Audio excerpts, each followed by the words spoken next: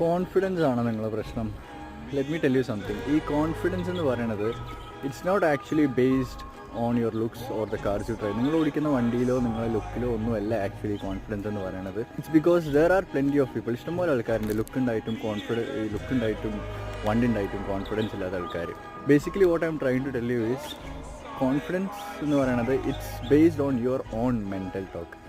ഈ mental talk എന്ന് പറയുന്നത് ജസ്റ്റ് ഒരു സ്വിച്ച് ഇട്ടാൽ റെഡി ആവുന്ന സംഭവമല്ല.